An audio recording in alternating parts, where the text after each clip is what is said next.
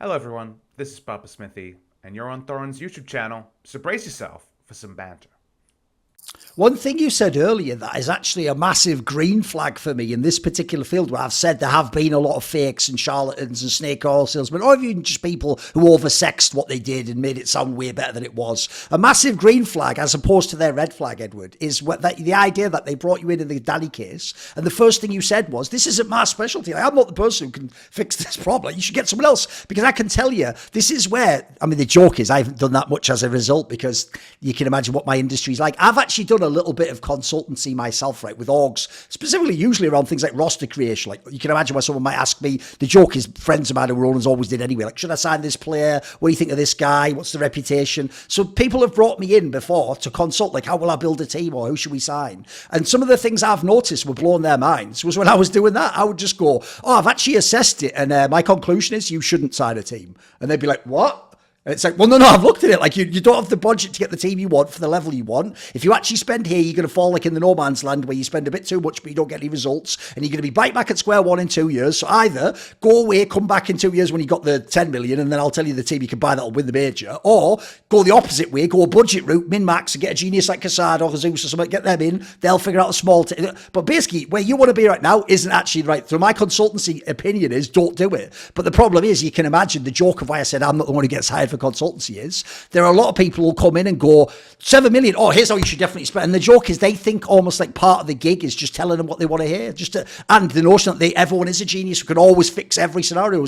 Whereas I'll give you a good joke. I once heard a brilliant quality that people cynically observed in witch doctors and shamans in like indigenous tribes is supposedly they're amazing at knowing who not to treat. Because if they do, you can imagine, guys, if they do the dance and they give the thing, but it's a guy who's at like a death's door and he dies, like you're saying about like the idea of like skin in the game, they're going to get fired from that job, they're going to get killed, people are going to go, you didn't see him. So what they do is they go on that one, oh no, he's already got like, you know, a spiritual problem that's beyond my care. So essentially that is, I actually think, almost like it's a green flag in a rare industry full of red flags. So what I'm going to get to is this, I'm not going to say the specific person, I'll make it an abstract, but I'll give you an example.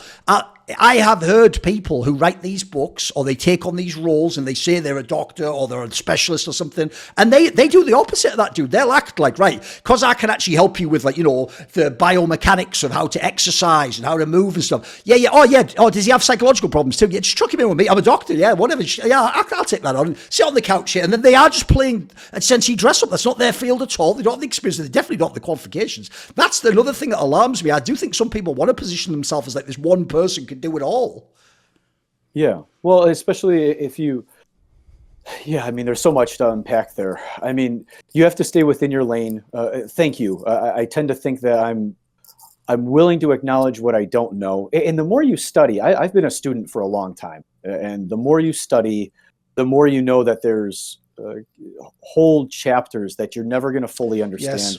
I can't meet every player with every thing that I've ever learned. It's far too much. I mean, traditional Indian medicine, traditional Chinese medicine, these backgrounds alone would take us years to get through all of the information to really understand someone cellularly and, you know, spiritually and physically and everything. So it's far too complex. But yeah, if you're willing to kind of acknowledge that, I think a lot of that comes from your own level of self-confidence. You see a lot of practitioners, some practitioners in the space are very self-confident individuals who live a life that kind of reflects what they're preaching, and some less so. And I tend to be one that I think reflects pretty well the things that I'm educating others on, and try to focus on that. And so there's a lot to be said for that. It's not just telling others what to do, it's kind of living that lifestyle with them. And as a team, that's important too, because you spend a lot of time with the teams.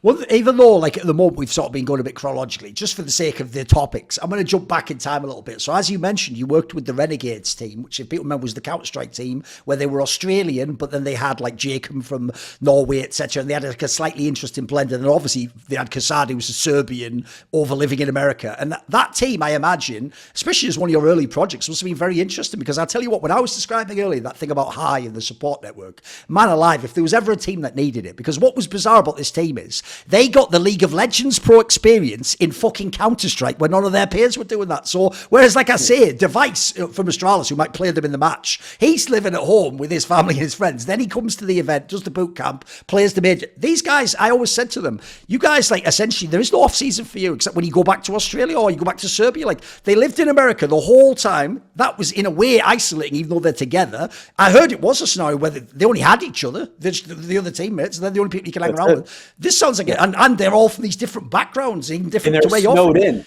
Give Not me some just thoughts. America. That wasn't Hollywood. That was Michigan. Oh, That's yes. I met them. Give me some thoughts on working with this team then. That was rural Michigan. Well, those are my boys. I mean, that's my first love in esports is that team. I was sitting in my office as a practitioner who had a nice office and a lot of modalities, running blood work for nutrition testing and things. And the phone rang and they said, would you come work with the Renegades, which I thought might be a soccer club in Detroit. I wasn't really sure. So I think that frustrates some young practitioners that want to go into this field and they say, Edward, I want to do what you did. And I say, well, my phone rang one day and it was Jonas Jerebko saying, hey, will you come talk to this guy, Aaron and Justin? And they're Sure. they're not getting along well. I said, sure. And so we went in there and, that was supposed to be just a part-time thing for a few weeks. And I went in and it was pretty obvious what they weren't doing together. And I had the wherewithal to say, well, I'm not sure what game you guys are playing, but obviously you have some gaps here, right? And I made them sit down together and Kassad threw a chair at me in our first session because I asked 2 probing of questions. And so I knew I had a fiery man there. I've got great stories with Kassad. I've been Kassad's threatened to take care of some business for me outside of a Red Wings game when we had some drunken guys try to pick a fight with us. Kassad and I have been in the fire together. But it started with a lot of frustration on his end because my background and his are very different. And so for the first few months, just working with the guys collectively, individually, and getting to know them well. And Muggy Gomez really like teaching me about esports and what this industry is. And he's like a mini version of you in terms of his historical knowledge. Oh, sure. He's been around loads of time, yeah. What he's seen, and he's been a part of the game and all the iterations, all the tech and the different titles, and ran Order for a little while, so he has org operations experience. And so I learned a lot from these guys. And then we figured some things out and started to have success. I think our highest rating was 5th in the world and competed, obviously, in some tournaments and made a splash. And then they went to 100 Thieves. That they were receiving offers from a lot of people, as Yud recently said in an interview, which was nice to hear him. And the boys got some offers and went to 100 Thieves and kind of had a hiccup without me, according to them. And so Jacob called me up and said, I just learned who the heck you are. And the boys said, they have to have you. Why don't you get out to LA? And I joined 100 Thieves. And after they let go of CS, I was retained, of course, but that's kind of my trajectory. Right. So really was spending a couple of years with the boys and navigating what it's like to be an outside a top 20 team to being a top handful of team that's competing. All right, obviously you'll have a whole cachet of them, but give me like one good Kassad story then. Give me a good Kassad story. So I like the one outside of the Little Caesars Arena with the Red Wings, and I've been to a Serbian basketball, so I've seen them. They go crazy. They're fucking atmosphere. Yeah, that's mad, having element. You can only drink water in the stadium, but they were having fun. Kassad yelling in Serbian was fun to witness. Okay. But probably my favorite one. There was a young man that was very drunk at the hockey game, and he was hitting on these girls in front of us, and the girls turned around and asked us for help. And Kassad and I are sitting there, and we're chivalry driven men. So we said, oh, of course. So we get the man removed from the area, and he's no longer bothering these women. But he had come to the game with like 12 other guys at a bachelor party. Okay. And they were a bunch of Toronto guys, which if you know hockey rivalries, Detroit and Toronto aren't very close. And we have a rivalry. So he took exception to even me being in a Red Wings jersey and was yelling at me that I'm jealous because I'm trying to hook up with her. And Alex is laughing. He's married, and we're just laughing with these guys. Well, they find us outside the stadium. And they came up to Alex and, several of them and kind of got around us like they're going to do something. And I play hockey. I can handle myself a bit. I'm not shy about physical confrontation, but it's not my vibe. I try to avoid it if I can. And Alex just yells, I'll cut every one of you. And Alex is Kassad, in case people don't know. Yeah. Kassad, sorry. Kassad yells, I will cut you.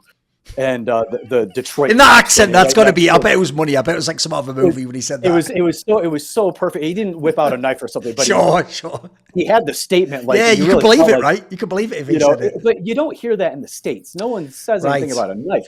So the cop standing right next to us. I mean, there's some big Detroit cops standing there, and they look at us and they go, "A knife." And they look back at the other guys and they go, "You guys should probably get out of here." And the guys just kind of take off running. Right. And Kassad's looking at the cop, and the cop's like, get the hell out of here. You know, Kassad just starts laughing. And it was just an interesting moment where Alex, when you get to know him and you connect with him, and I've been there with him, the passing of his mother, I was there as one of those people he could connect with and talk with. So we've been through a lot of ups and downs in life together. But when you go through some fire with people like that, it just shows you their character and kind of who they are and how they treat a brother, you know. But I have a lot of moments like that with Kassad where he would speak his mind with me, or I would have to give him some harsh truths and share maybe a completely different vision of what I saw as doing. He found ways to integrate that, and we really grew well as a group of men. I still think that project never reached its full pinnacle. I think if 100 Thieves hadn't bailed on that, they were still in an upswing. I don't know that we would have won major thing, but we were in the conversation in that top 5, and we were a tough out for a lot of those new Furia teams and the teams that were kind of popping off at that time. We were a tough out and confident together. We were really confident together, and I think that team could have sustained some excellence there for a few years maybe.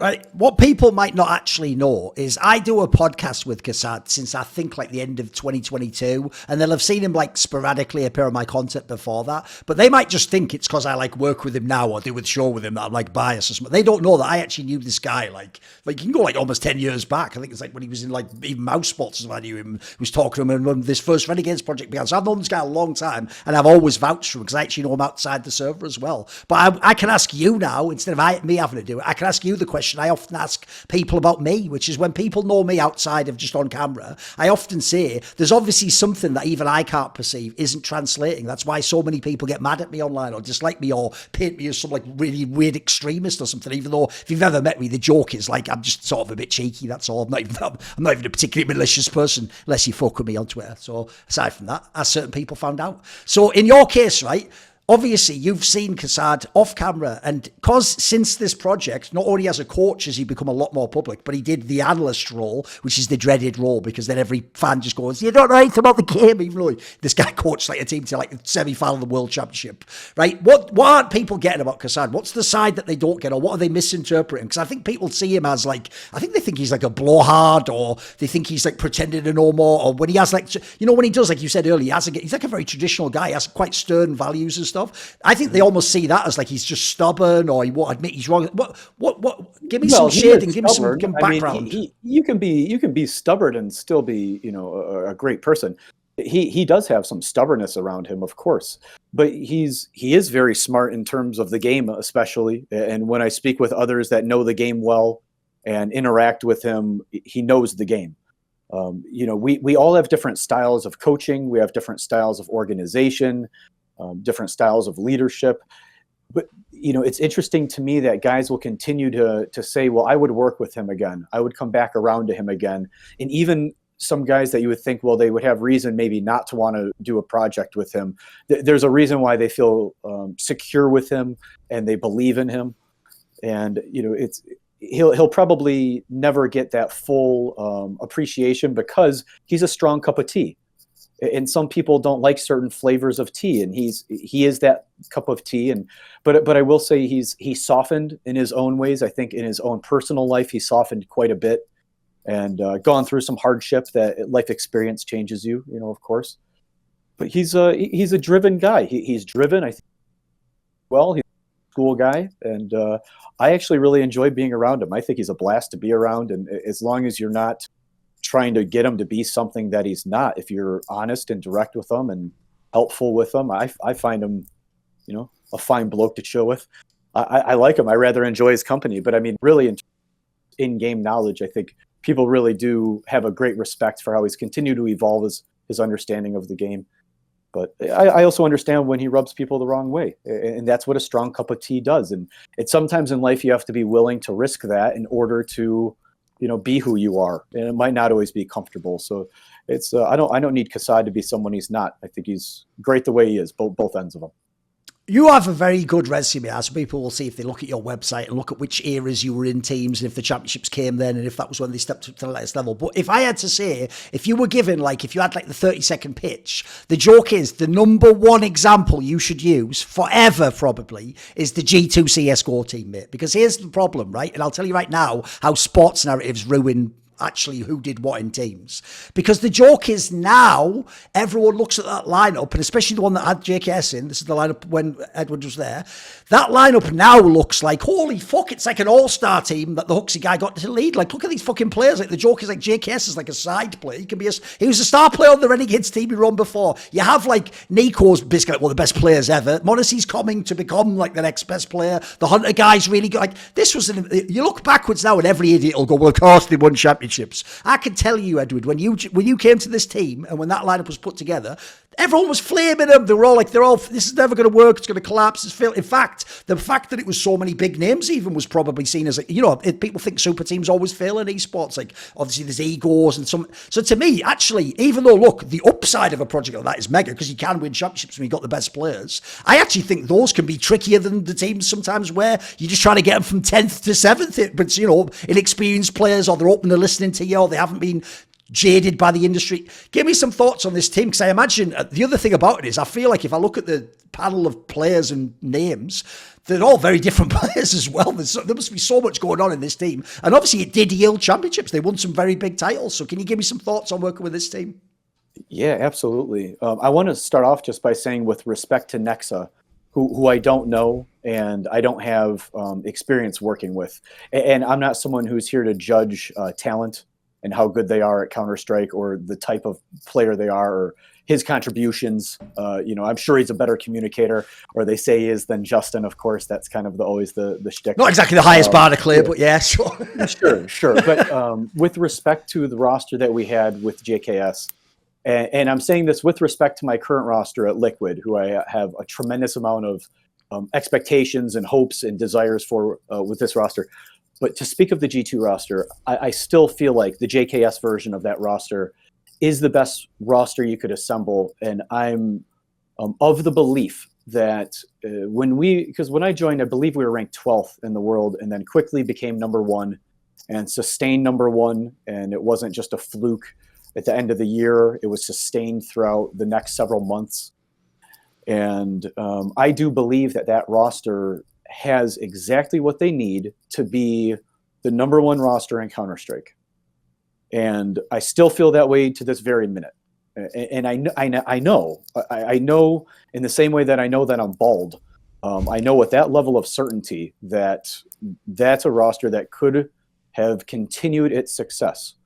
And so in that way, it's kind of a shame that it didn't. But in terms of the gap from where they began to where they were at their height, that was something that I really enjoyed and felt like we did tremendous work.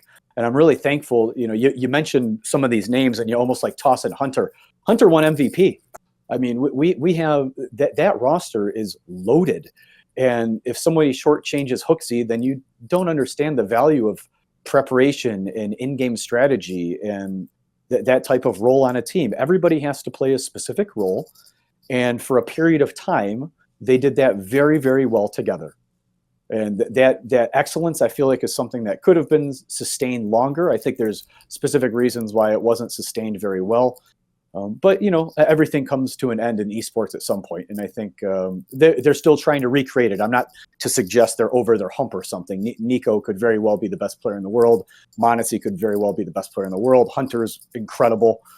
They still have tremendous upside as a team. But what we had was very special, and what they allowed themselves to do together was what they need.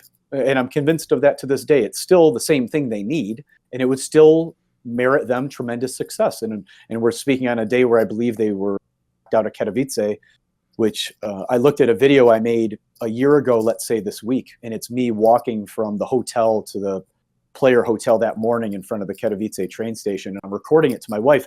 And I said, honey, we've already won. This championship's already won. This Katowice trophy is already won. And that's how confident as a group and how aligned that project was for a period of time. And so I still think they have that that ability. And I think each one of them are incredible talents and pros in their own way. And I could speak endlessly about each one of them and how I'm proud of them and, things that I think are great about them. One thing that actually will probably surprise people is the reason I gave the example earlier, humorously, of like NiKo as the one who'd be on the couch, like exploring as though it was like Jungian psychology, his childhood and what impact it had and all this sort of thing, is because people would assume that is the least likely player to ever engage with this kind of performance and, sports psychology type approach. In fact, I'll even say, if people don't know, I actually think you directly did have an impact actually on Kassad's maturity in that sense, mate, because I know that part of the world, they're not really like super duper on the cutting edge of this sort of thing. Like they are a bit more sort of old fashioned. And, like if people don't know, obviously the contrast is if you go to LCS and you're in LA, like everyone there's probably everyone in the orgs are doing therapy of some kind, like the paradigm's very much more cracked in that regard. So the question I have is this: people might think, cause look, he's a fiery personality, I'm a very strong personality. I've had my frictions with NiKo before. Obviously, I've never disrespected him as a player. But what I'll say is this.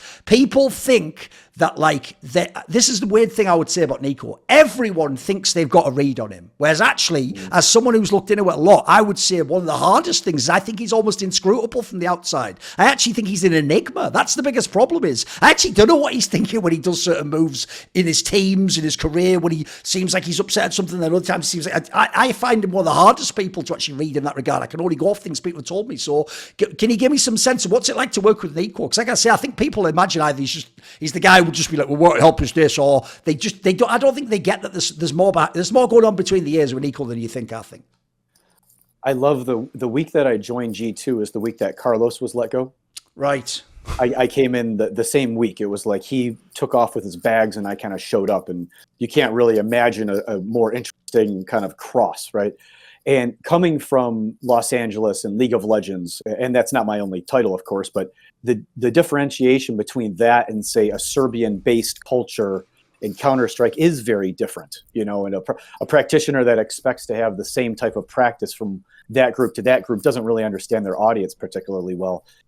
I would say maybe a traditional sports psychologist or maybe a traditional clinical psychologist might have had more struggle with NiKo in some of that sense. Right. And so let's not necessarily prioritize that as some pinnacle practice. And perhaps my type of background is better suited for someone like NiKo. I think I can make that argument. But in terms of when I met him, I had met him having already heard a lot of things. Kassad and Yanko and others had kind of offered me their 2 cents.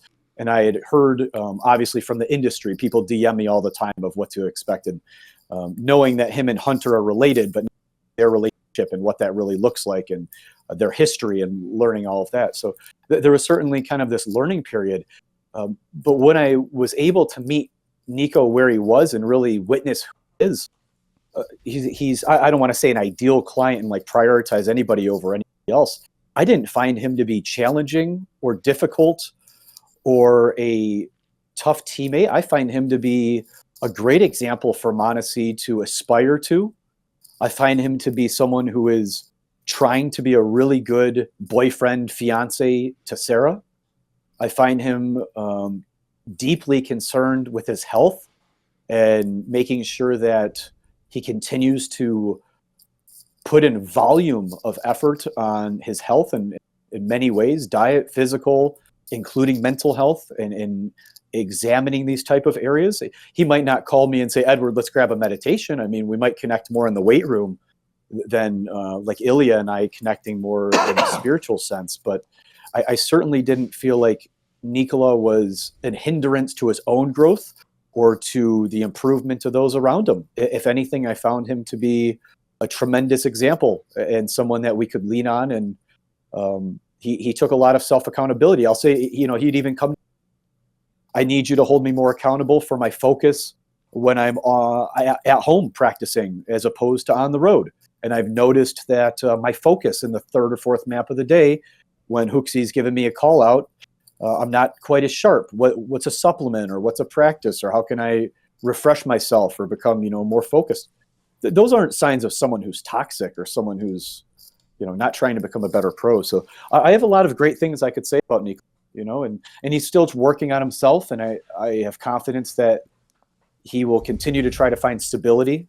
You know, I knew when we played him the other day, he kind of gave me a look, and he the day before, and Hunter as well. When Liquid played them the other day, Hunter looked at me and gave me a wink, and I knew I was in trouble. Certainly with the pistols when Hunter was winking at me before the match. You know, but these guys, when they decide to figure out how to do it together, I think they're the best in the world at what they do. I have a question about Monacy, so go with me on this because it's going to be an interesting setup. But you'll see where I'm going with it, though, which goes like this. I actually have an interesting detail I can tell Westerners who don't know anything about Eastern Europe, and especially people from any kind of a Russian culture, basically. It goes like this. I actually learned a little bit of the language, right? It's just one that I was interested because to me, I'm a big fan of Dostoevsky, etc. So to me, I thought, this is, you're already going to see immediately where like the things I've learned have changed my like perspective. So first of all, if people don't know, just because of what the Cyrillic script looks like, you think it's like some alien language. What the fuck? First of all, if you actually can translate, it's just an alphabet. In fact, a lot of the words even, you'd immediately know what they are. They're loan words, or they're based phonetically around a word they took from another culture and then they wrote it in Russian, right? And what I'm going to get to is this. I actually think one of the biggest problems with perceiving these people, if you're a Westerner, is not just like Cold War era politics and all that sort of thing. It's actually that literally their language, by the way, it's sort of inferred what we in English would specifically put into a sentence. So I'll give you a quick example. If I was to say something like, you know, like I'm going to the park or whatever, like,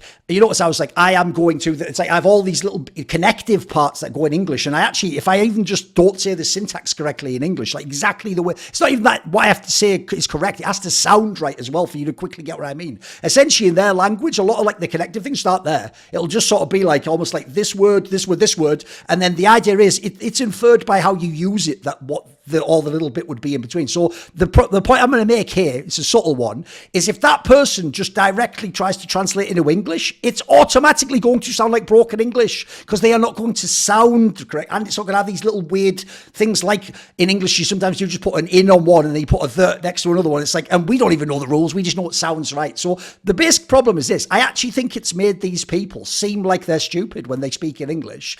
But what I'm trying to get to here is that's just in their language. We don't know contextually what they're trying to add in. So the reason I bring this up is when I've actually then seen what some of these people say in their language, and someone tells you what they mean by that, not just literally a one-to-one translation. Mate, it's actually the opposite. People think these are all like idiots or like there's nothing going. I actually found like they're incredibly almost like a poetic people, mate. Like a lot of them, if you ever talk to them, they can get really deep. Like you said, that's why I'm not surprised you said spiritual there. They actually have like a real angle where the joke is like if you like stuff like Dostoevsky, they're into that shit. It's even the way they talk and think. They're really fascinating. But like I say, I could see where the bottleneck was. I wasn't getting in before. What's it be like to work with Monacy? Because people again just see, they almost think he's like a robot. It's like he's just a young guy who just shoots everyone. It's like I don't think anyone's got a chance to know who Monacy is, you know. Oh, I think it's almost the opposite of robotic. Yeah, I like what you're saying in terms of the language and translating it, and having worked with players all over the world. There are many times in a session where we'll pause and look up something. We'll parse out a term and what it really means, find out they're far more in tune with their somatic self, their feelings, their actual body self, or they're far more spiritual when they take some time and actually examine what this means. And Monacy is a great example. With Ilya, one of the first times we sat together, we decided to practice some meditation together. And that could be a really challenging thing. You know, the first time I kind of broached meditation with Nade Shot, he's like, no way, man. No way. I'm not sitting in silence for a minute. You're crazy. You know, it's everybody's kind of different. And Ilya was very open to it. And you can, if someone's very deep in their meditative practice, you can sit with them and kind of have a shared sense of that with them and sense of calmness. And Ilya and I sat in this lobby of a hotel in Copenhagen for what nearly 30 minutes, maybe 25 minutes. And these beautiful meditation together. And I came out and I kind of asked him some questions. Did you feel this? And at this point, did you feel this? And we had a very like deep and shared experience. And when I talk to some other people about Ilya and they say, you know, how do you get them fired up before the map? How do you get them all energized before the map? And I sit there and say, he's going to a place of inner peace. You know, and even if Nikola next to him is contained rage, Ilya is going to a place of inner peace. And when you talk to someone that really has an artistry or a focus And the Russians are more aware of flow state and what that means maybe than any other culture. They've been publishing on it since the 60s in very great detail and researching it forever. So, well before Ilya's parents, I think, were born, they were already publishing on what flow state and mindfulness really meant in his part of the world. And so when he taps into that, now when he gets into this higher frequency and starts thinking about things happening, he begins to think. And like many people, thinking is kind of the root of our evil, and most thinking is overthinking. And so for Ilya, there is this beautiful peacefulness.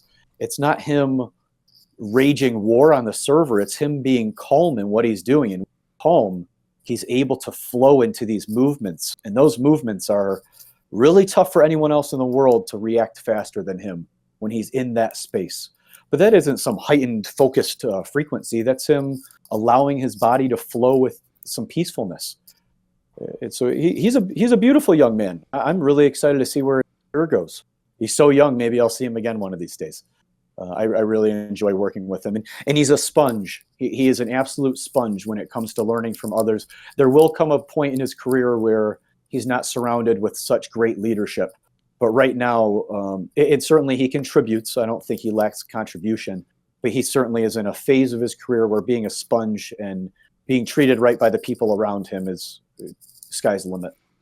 So as you said, you did return to working in the LCS. This time it was with NRG, which was the former CLG squad, if people remember. And I actually think this is actually one of the rare times where a lot of the PR work's been done on this one. Like, people know that this was an org success, because I think the obvious reason why is they don't have like Bjergsen, Doublelift, it's not like the biggest names in the world. Like, this was a team where, aside from FBI, who came along sort of late, it's like there's not really established champions and people who've been at the top. Some of these names, in fact, had never sort of tasted success, and they didn't just have the success, obviously, domestically. They even went to Worlds and were pretty decent. So in this scenario, people have heard about this huge staff of even coaches and positional coaches. And so, huge staff. Give me some thoughts. Jack at C9 tweeted that. Give me some thoughts. We had so many people we could barely fit in the frame.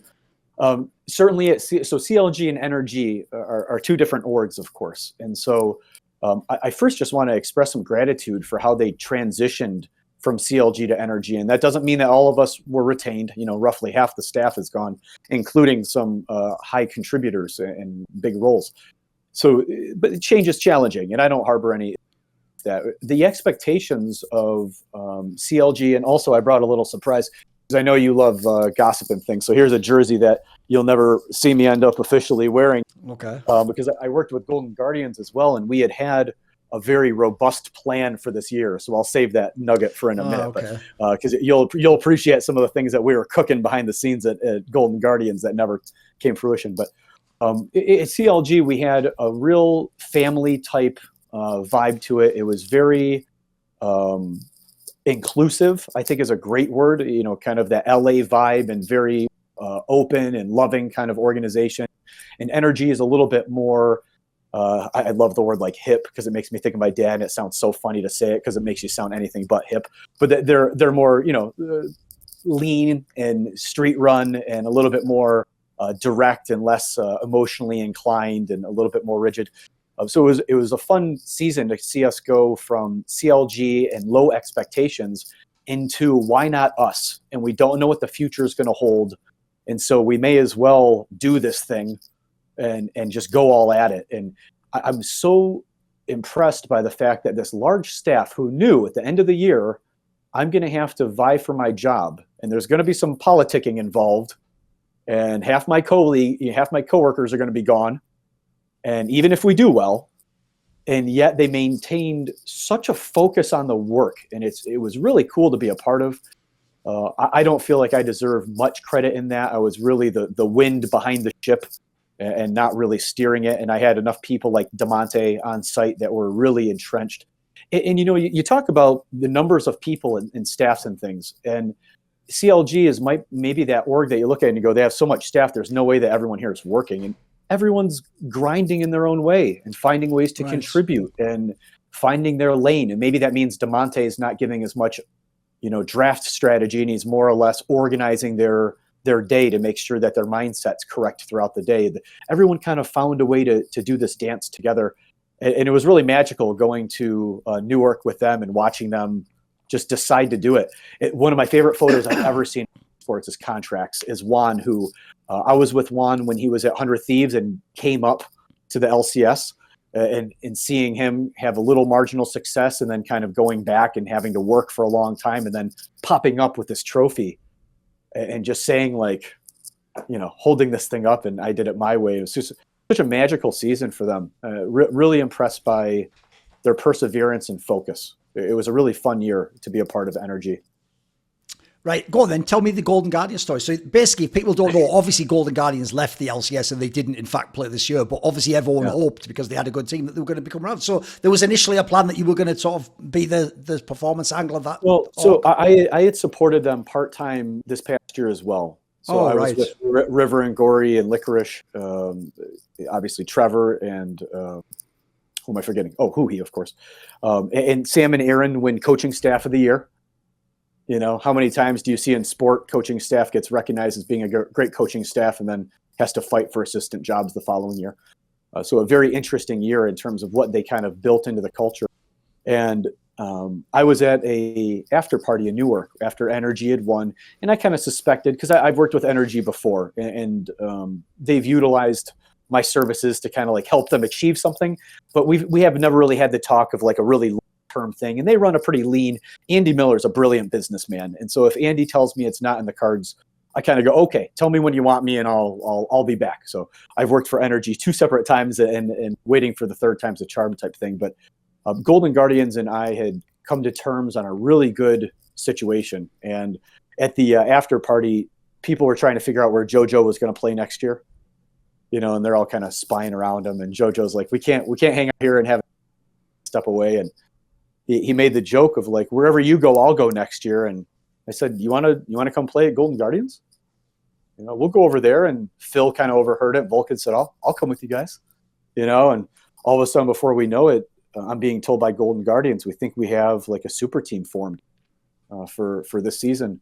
And how much fun that was.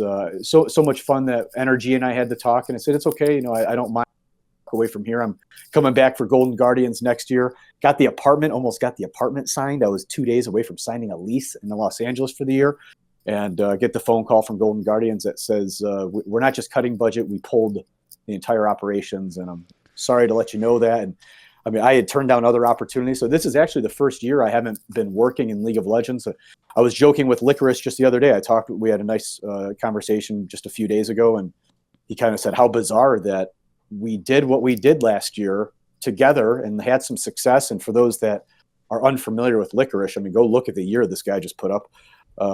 Had a tremendous year and then finds himself at late notice being on the sidelines. And that speaks really, I don't harbor a lot of ill will towards the middle management at Golden Guardians. I felt like they were honest operators, specifically Nick Smith, who was a lot of fun to work with and a really trustworthy person. But certainly the upper management at Golden Guardians put a lot of people in a bad spot and pulled the plug at the last minute. If people notice, even if you're going to be humble, if they just look at the track record, it's pretty good in LCS especially. Like, you have the 100 Thieves, they win the championship, never won before. EG, they've never won before, they win the championship. NRG's won, technically in the CLG, but yeah. Golden Guardians, obviously, they were champions too. Like, essentially, like, what would you say to that? Like, it can't be a coincidence. You're the only through line between all this, aren't you? We've had a good run. I mean, there's a level of pride that I have about the work that I've done. Surely, yeah. I feel like we're well equipped to help people in esports. My business partner mentions that all the time. He says, "Don't be so busy helping people that you don't sit back and, you know, take some stock." And we've been winning. We've been having success, and I now at a level where the projects I pick are projects that I believe in. And in CS, which is my kind of first love, of course, I've been fortunate that G2 project was a beautiful project at the right time with the right people. I mean, I've worked with JKS to Complexity, or excuse me, to 100 Thieves, to Complexity. Wally was at FaZe lifting the Katowice trophy. I'm the one he's talking to before that match. Still very close with him now, obviously worked with him at G2. So we've, through helping people be better versions of themselves, we've had good success. Yeah, we're and this last year, you know what's interesting about that too, and I will take the kudos for the League of Legends one in a sense, because we didn't have those expectations. I almost felt like this was the year. I'll work with both of these teams because I don't think they'll be competing against each other. And we outperformed at Golden Guardians and NRG, outperformed what ownership expectations were, what player expectations were. We just kept navigating it. So, and again, I give credit to the coaches and for people being on board with what we're doing. But yeah, we're having good success with it. We've had good success helping people and putting out some good outcomes. Here's what I feel like is an obvious question, but it seems like other people don't agree. So the obvious question to me is this. I actually do think that the NRG approach is actually the clear next stage in coaching. And there's a couple of reasons why. One, because actually just like sports psychology, this is an area I can tell you the West can actually get an edge over Koreans. Like, spoiler, Koreans to this day, as far as I know, don't use sports psychologists. It's not a thing they think about. Like, that's just not a part of the world. I mean, look, I would say cynically, it's because they essentially have an unlimited pipeline of players and their logic is sort of like Toy Story Andy. It's like, I'm tired of playing with you anymore. If you don't work, they just get the next player in. Like in their scenario, they have kind of like it's a bit brutalist, but I tell you what, in its own way, it has its own efficacy, right? So first of all, I think over there, they still do use the smaller staff of like the head coach and the strategic coach and a few analysts, sometimes even off-site. So already it's a way you can have an edge on them. You can have more heads solving a problem. You can have more specialists, etc. But another aspect to me is, like, I actually would say the model, I think, is more like the NFL. Like, it's such a complicated game, American football. There is no one coach can do it all. Even Bill Belichick doesn't really coach every aspect. He has his offensive play caller, and he has a guy who works with the special team. Even the guy who thinks he might know the most about the sport delegates, right? So the obvious angle to me is, when I look at all these championships and all these different teams you've been able to work with, is why are you working with them for a year or a split? Like, why is no one realizing, why isn't that just a division in our org? And then in this case, it might be someone else, but why isn't that a permanent division where, just as in a dream world, my GM wouldn't be a one-year job, he's going to have a 5-year plan to build out what we're going to do, and he's going to recruit the right people. Surely this should be another aspect of coaching permanently, not just like, we hire you for 1 year with a cool roster. We're going budget this year, so we're not going to bother. Shouldn't it kind of be like part of the orgs? Yes. Yeah. And I do believe eventually it will be. I think you've been around this for 20 years, right? 20 years, I think 23 years ago, since 2001, 23 years you've been doing this. And we've seen growth. I certainly think the buy-in and the understanding of the role. I'll never forget Nate Shot, to his credit. He had said something critical of what I was doing. He saw me doing yoga and meditation with one of his teams and kind of had snarled at it to some content creators or something. And, just kind of being a cool guy and making fun of something. Right. And after we had won a Valorant championship in front of everybody, he said, Edward, I didn't know what MindBody Esports was about, and I kind of made fun of it. I kind of made fun of what you were doing, and man, I'm wrong. And it kind of came on the heels of one of the players saying Edward's our MVP, which was really cool that he said that in front of everybody and kind of gave me some due in front of everyone.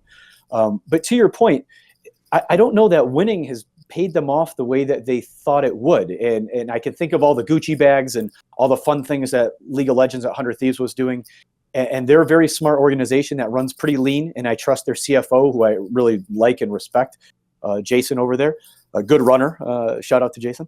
But, at the same time, I think they kind of said, well, what's the benefit of winning? And I think some orgs maybe pivoted away from some of the things that drove the success. Some of them, and not to throw any one particular org under the bus, but I do think some of them winning a title is maybe not their highest priority. Maybe just being a part of this for a number of years and allowing stock to mature is part of their strategy as a business. And I'm not a good enough businessman to argue that against them. I mean, they have to know how to run their own companies. But I do think that we've seen a disconnect from success and what maybe it meant. Also, the players and rosters change frequently, and as a performance entity, I do hear, let me see what those players want and need. And sometimes the players, and for the jobs that I've received, because I have a player who vouches for me and wants me there's going to be another player that says, I've never had that. And maybe someone like Chet is a fine example, and I really like Chet, and I think he's a good coach. And he worked with me at 100 Thieves briefly, and he would say, Edward's really good at what he's doing, but probably didn't feel like he had to have that service over an analyst or something. Everyone's entitled to their opinion. I'm not here to argue that. I find it interesting if an org, say, brings in a bunch of general managers instead of performance people and analysts or something. But Every org operates a little bit differently. But to your question, maybe the longevity too, we could be expensive. I'm pretty good at what I do. I'm not the cheap guy in the industry, certainly, to hire. And when Jason Lake brought me in, he said, well, I need someone for the juggernaut, and so I need the appropriate level of expertise for the juggernaut project. And maybe the next project, although it's doing well, I think he's doing well, maybe it doesn't have the same aspiration or budget or something, just to kind of make an example of something. Sure. So it does depend. We go where projects look really intriguing and where we think we can make the greatest impact. And so far, we've enjoyed doing that with each org. Another individual I would actually like to ask is the aforementioned JKS. Well, as you say, you have quite a unique relationship because you were with him on Renegades, the complexity stint. You were even with him when you stood in for FaZe at the kind of 2 years ago. And then obviously he was with G2 after that. So the reason I would ask a little bit about him, kind of like I did about NiKo and Kassad, is this another person I think it's very easy for people to really reductively say he's this, and this, and he's not these other things. And they think they have a sense of him. But I will say one of the reasons actually, again, when I investigate, because one thing I love to do is I use my journalistic techniques even just to find out things for my own interest, like in DMs, just ask teammates, what is that guy like? Does he talk in teams, And what I found is he's another person, by the way, where a lot of his teammates have a hard time getting a read on him sometimes, or knowing, actually, does he want to be the star player, or is he, they say the fact he's quiet can actually make him quite tricky in that sense. So who is this guy? Because again, the public thinks they know, but I get the sense they don't. When we don't know someone, we write a story about them, right? We come up with some narrative so that we can have something to hold on to, so that we can compare ourselves to them, so that we can make sense of a situation. Surely they didn't get rid of JKS and he's a perfect teammate and ruined a number one opportunity to bring in Nexa, for better or for worse, on Nexa's ability. Why would you do that? Right? You have to write a narrative. You have to. Your mind wants you to have a story because that curiosity is large. And Justin doesn't do much to give us a great deal of who he is, a great deal of how he wants us to think of him. Right? He doesn't even try to paint you a picture. He just lets you figure out who the heck you make up the story. And even if he sees you maybe making a story that's not favorable, he's more likely to allow you to make that story than try to correct it, even if it's justified. I know Justin very well and suspect that I will know Justin for the rest of my life. And there's some people, when you find a good connection and you find that they're trustworthy and can be someone to confide in and work well with and bring out the better in you, then those are your people. And the beautiful part is I don't need Justin to say that. I know him well enough to kind of be able to say that we have that together, and probably will maintain that. That said, he's a great introvert. And certainly in the American culture, we don't reward introversion. Sure. It's oftentimes misunderstood. There's a great book called Quiet by Susan Cain, if anyone wants to really learn about what it's like to be an introvert. And it'll change the way that you interact with people in your life. Certainly in the United States, and I'm an extrovert, so I've always benefited from this, that extroverts are typically rewarded, and those that are louder or talk more are typically rewarded, and we listen to them more. I'm going to guess, put it this way, as a layman, I'm going to guess immediately in America, people will make weird assumptions like you're aloof or you're arrogant or you're a weirdo if you're quiet, right? Sure. Yeah, probably willing to make that assumption more than self-critic, or you don't feel like sharing something about yourself. It's Justin's a tremendous critic of himself. He's a contemplator. He's very thoughtful, not very talkative, but very, very smart. You would appreciate something about him when him and he were selected to do a trivia show at the Red Bull event, whatever. We were at something for Red Bull, a Blast series or something. And Monacy and Justin were asked these trivia questions about every roster that's ever won the major or something. And Justin can recall. Oh, yeah, he was the best, wasn't he? Yeah. Yeah, he can recall just about anything I've ever said to him in the last 6 to 7 years. The books that he reads, and there's been many books that I'm surrounded by that we've read together. He's evolved as a person, as a boyfriend, as a teammate, in a lot of great ways. I'm, really proud of Justin, but he doesn't make himself very accessible to the public, and therefore people come up with stories. And there's two sides to every story. I think he's incredibly capable at Counter-Strike. He's capable and deserving of being on the best team in the world. And we'll see where he goes next. I mean, I'm curious to see what he decides to do next. Right, to ask a little bit about the current team you're with now, Team Liquid, one of the ways I want to ask is this. The joke is, like, this is funny because actually since then, obviously people know them a bit better and disagree or agree with my opinion. If people don't know, right, in Counter-Strike specifically, everyone goes, right, well, since Zonic won all the majors, he's the GOAT, right? So there's him at the top. And then after that, the joke is every other coach is treated like just a coach. But I've always told people, I have 3 people in my list. My list from way back was Zonic, Zeus, because I already knew him from the Brazilian scene, and I know this guy's a special guy, and actually Cassad, because actually I just knew Cassad is actually, I mean, look, these are also different levels. Like I might hire them for different teams, but these are people who in their own way, they all have a system, they all have a philosophy. They're actually all stand-up people as well, by the way, and they're people who, one of the reasons people maybe do or don't like them is they're very confident people. They'll go with the angle they want. So in terms of Zeus, I've always told people, this guy's the sleeper coach. I mean, the joke is, I used to say for G2, that lineup, that is the guy I would hire for that team. When I saw these massive names, that's all the problems you could have. The reason I said I would hire this guy Zeus, and I always thought, by the way, he should have what he has now, like a super team of talents,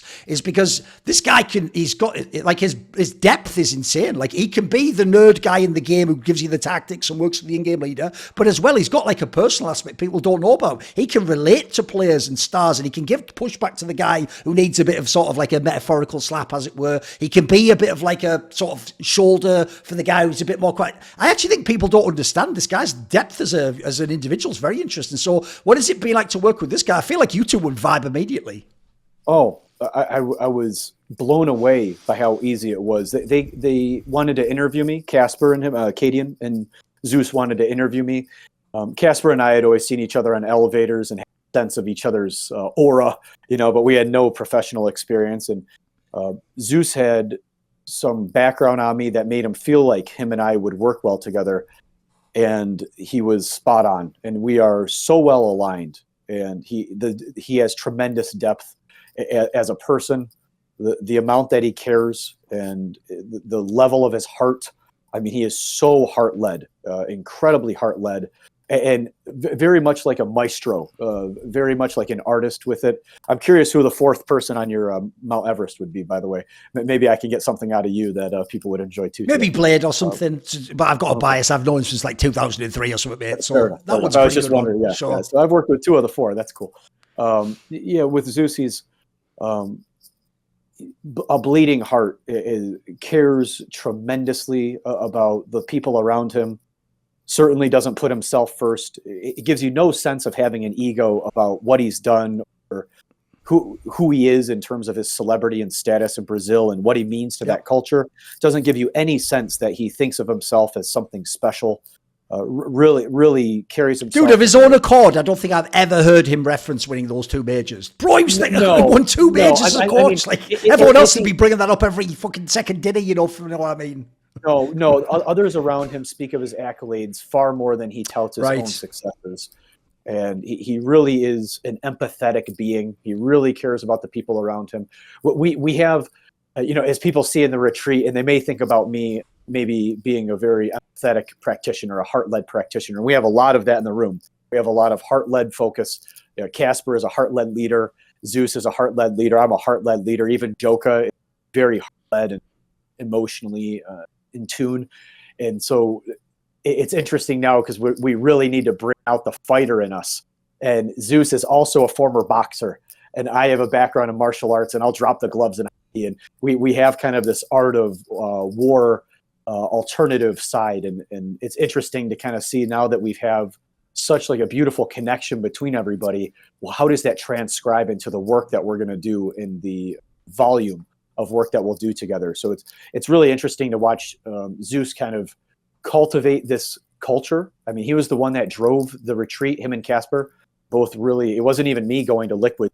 I need a budget, a house out in the middle of nowhere and with computers. I mean, it was really Zeus saying, I think these are important elements of the fundamental success of a team and an org. And he was the one that came forward and said, I don't want to just build a system. I want to build a culture, and the culture has to reflect these values. So we've really done the best we can to cultivate his heart, and we're trying to reflect that as a team. One thing I wanted to get to, I purposely wait till the end so we could build up a lot of these things and give the experiences, is the number one thing that actually tilts me about the notion of these, you get a sports psychologist, mate, that sort of thing from the peanut gallery, is this notion that players, if they don't win when you, the fan, think they should, they all choked. That fucking term it's cursed as fuck, isn't it? And when they hear that, they go, get a sports, and they think that, right, they act like choking is a broken tire on a car, and a sports psychologist is the fucking a.a. guy who comes out and fixes it, and then you go. Like, they make it so reductive. It feels like that. It is, but I'll give you the example. Like Let me give you the setup. The setup goes like this. The reason why that's so useless is because what they mean by choking, it's such a crazy umbrella term, but they think they're being specific. So what they really mean is, right, this team could have won, but they were like in a big match and they lost when I thought they would win, so they choked. Whereas like I often tell people, first of all, it's a team of 5 people. We're not even tennis guys. Like in this scenario, like if that team loses like that, it could literally be 50 different things. Like maybe one guy did actually have performance issues when he was going to be good. And then you know what? Maybe there's a teammate who's seen that before and now he's angry that happens. Then there's a third guy who maybe he did the same normal game, but he just didn't talk this time. And then there's another one who's like the mastermind, but maybe now pressure means he doesn't make the right call. Like you can see how it could. The joke is actually saying choking doesn't even really get you in the ballpark. It's like, if anything, it's like there's a problem. You may as well just say there's a problem instead of choking. So what would you say to this aspect? Because I get the feeling fans do think your job is to come in and to stop people who choke and make them winners, if you know what I mean. That's funny. That's what people kind of said was the job of NiKo. And, this idea of choking, that's about closing that moment. That's about the last 5% of your race. That's what choking is supposed to be reflective of, that the person didn't shut the door or they didn't put the foot on the gas and finish across the finish line. That's what a choke is when you fall apart from that, you deviate from that version of the plan. There's different version of choking, maybe if we're talking more by and large, because there's wins and losses that reflect what we're trying to do or don't reflect what we're trying to do. And I've been in situations where we've won, maybe not championships, but where you win matches that maybe you shouldn't. And the things that you did to get there are not indicative of a championship caliber group. And you don't want to continue those things. And conversely, there's times where you're reflecting the things that you want to see as a group, and the other team beat us. They hit the shots and they were heightened and they beat us that day. So, not to be cliche and say this is only a process thing, but the outcomes are just one little data point. They don't tell you the story of it. So to say like a team choked, you better mean like they were up 12-2 and, the other team just continued to, troll them and they somehow just blew it. I mean, but to say they choked is, it's a throwaway statement that suggests you don't have a clue of how many variables there are in this thing. I mean, I've had League of Legends moments where guys have performance anxiety that's representing as diarrhea and they can't straight in the chair before, right? And you're going to sit there and go, oh, the draft crash. And this guy, it's like, well, this guy's got a fever and that guy actually had COVID. He got hit with COVID symptoms last night. And this guy, there's a million reasons. I mean, the amount of, I have so many books of notes here from all these teams that I've worked with. The amount of things that come up, no one can even imagine. That's without knowing if they're in a healthy relationship, a romantic relationship, or what's going on in their life or their health. I mean, there's endless variables here. So yeah, don't be so quick to judge each other either. If you're someone who doesn't like to be judged, but you think you're going to see a team lose something and the body language wasn't good, so you think they hate each other or something, you're kind of speaking out of left field. So maybe leave that for some of us to kind of analyze. Yes. One last thing I thought we could do before we wrap up goes like this. Since you have yourself numerous times brought up Eastern concepts, mindfulness, meditation, the Tao, etc. One thing I want to ask you was this, is I'm a big fan of Miyamoto Musashi's The Book of Five Rings, right? And one of the things I actually think is a brilliant insight in life that comes from his philosophy is this notion that when you see the way broad, when you know the way broad, something like when you know the way broadly, you will see it in all things. And it's the notion that essentially, like, as you tunnel in and become good at one thing, what you'll find is there are universal abstract concepts that apply to everything. And actually, you'll essentially find to learn one thing is to learn everything, which is actually also necessary to build up as you're doing things. And so what I was going to ask you was this. The funny thing, if you think how we started the interview, is this field was presented as it's a sticking plaster that you put over a little cot and it fixes the problem, and that's all you do, and it's over. But actually the joke to me at the end is, it's like a lot of fields, there is no cap. It is an unlimited field with seemingly limitless variables and things you can pioneer and try. And actually a reductive mindset is probably the first thing that needs to go if you're going to look at this field, right? Brilliant. Yes. There are a lot of ways to help, and I view myself as someone in the soil, not coming to spray the top of the tree. We're affecting change at the soil. That's why we're dealing with humans and gamers and teams and orgs and Twitter and the community. You're at each level, and there are so many ways to support someone and to help someone. You're spot on. Yeah, we need to be more concerned about how to do it organically, and that affects change across all different channels too. So it's not something whereas it's just one person, it's going to evoke change across the whole network. Yeah, I love the way you put that. At the end of this interview, Edward, do you have a final message for people? Do you have anyone you want to thank or say hello to? Yeah, I want to, if I was going to send out one message to the world, to the community, and I hate to sound so gentle and just say, let's treat each other with an ounce of more kindness and respect. The way the general community is, I see a lot of pain, and I see that those that are experiencing pain oftentimes are taking it out on each other. And I also want to acknowledge, we've recently lost Cynic in the community, a Counter-Strike player who passed away.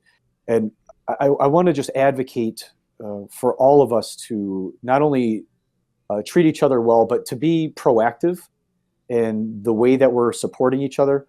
Make sure that you have someone in your life that you can talk to about these things.